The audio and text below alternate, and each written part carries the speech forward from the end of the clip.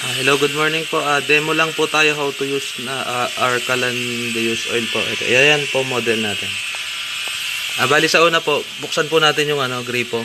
Kasi unang bukas natin yan, kailangan ng madaming, kasi mag-i-stack dito sa tubo bago siya makarating dun sa pinaka-chamber niya.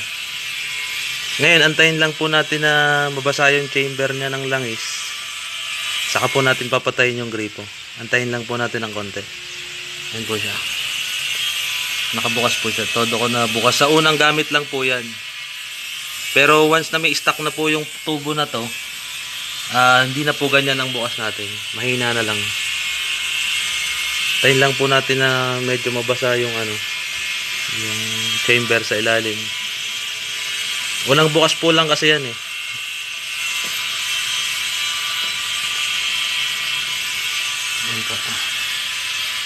Tayo natin. Medyo matagal lang po yan sa una kasi kailangan ng stock nito kasi dito kayong karamihan na umuusok kapag siya walang stock na langis dyan sa pinakatubo. So kailangan may stock yan. Kaya naka-curve yan para hindi lumabas yung usok dyan. Tingnan po natin kung yung lumalabas na yung langis. Ayan, bali lumalabas na po siya. Tayin-tayin lang po natin na kumalat yung langis. Wait lang po natin na kumalat dun sa ilalim. Para po siya ay yun na po yung magiging umpisa natin. Bali pinatay ko na po yung yung gripo. Antayin na lang po natin kumalat yan. May stock na po yung natin, yung pinakatubo natin dun papunta sa chamber.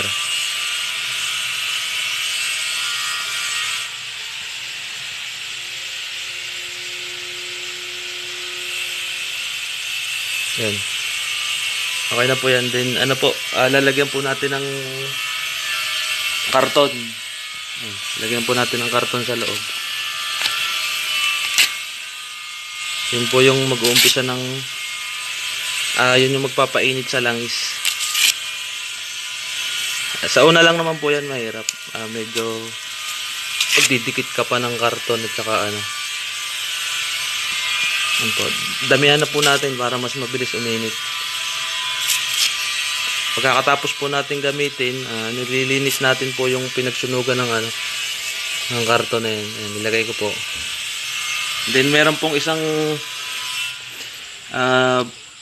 bago pong diskarte natin. Pinaghalo po siyang 50% na gasolina at 50% na langis. Imimix nyo lang po yon para mas mabilis po siyang uminit. Hindi po siya pumuputok. Kasi nakamix naman po yun sa langis. Bali i-shake lang natin. Yan, meron akong ginawa dito na pinaghalo ko na kalahating gasolina, kalahating langis. Kung gaano karami yung langis, ganun din kadami yung gasolina. Then siya po nating gagawin na pang dikit sa una. Babasahin natin yung karton. Ayan po. Basahin natin yung karton. Ay, natapo na po. Konti lang. Basahin natin yung karton. Ay, nagtapo na po. Sorry, wala po akong wala akong imbudo. Saka pangit yung pinakabunganga ng ko. Ng lagayan ko ng mixture. Punasan ko lang po. Ante. Sumapon po yung mixture natin.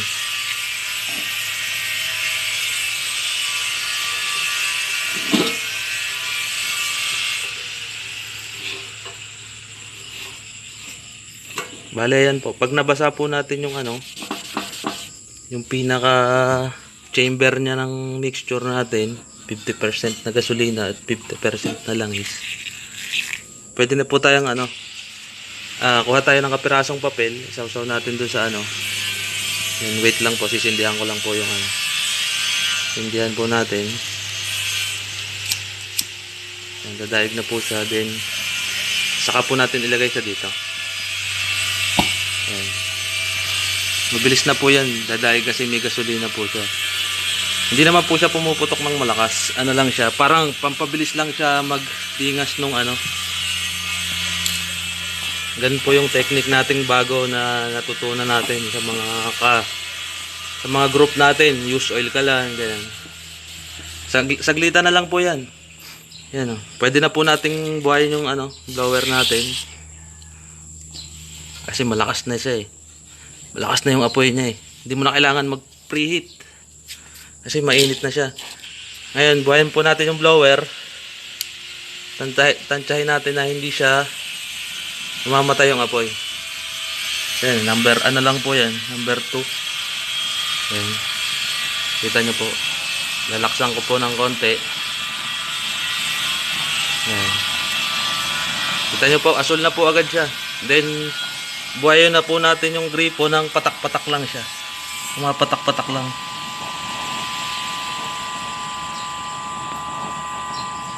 Wait lang. Patak-patak lang po.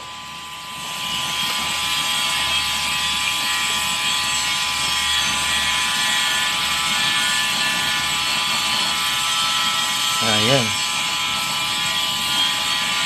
Yan, ganyan po. Kita nyo po. Harangan ko po. Ayan, medyo madilim eh.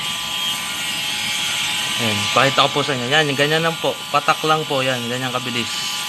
Mga twice per second. Yan yung diode natin. Yan. Pwede na po natin. Ayan, nagbo-blow na po agad. Ha? Pero kabubuhay pa lang natin yan. Ha?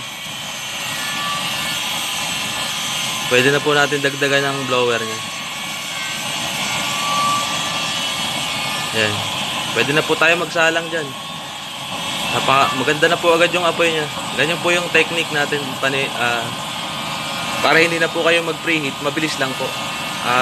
50% na mixture na gasolina at 50% na langis. Dire-diretso na po yan. Gaganda pa po yan kasi kabubuhay pa lang po natin.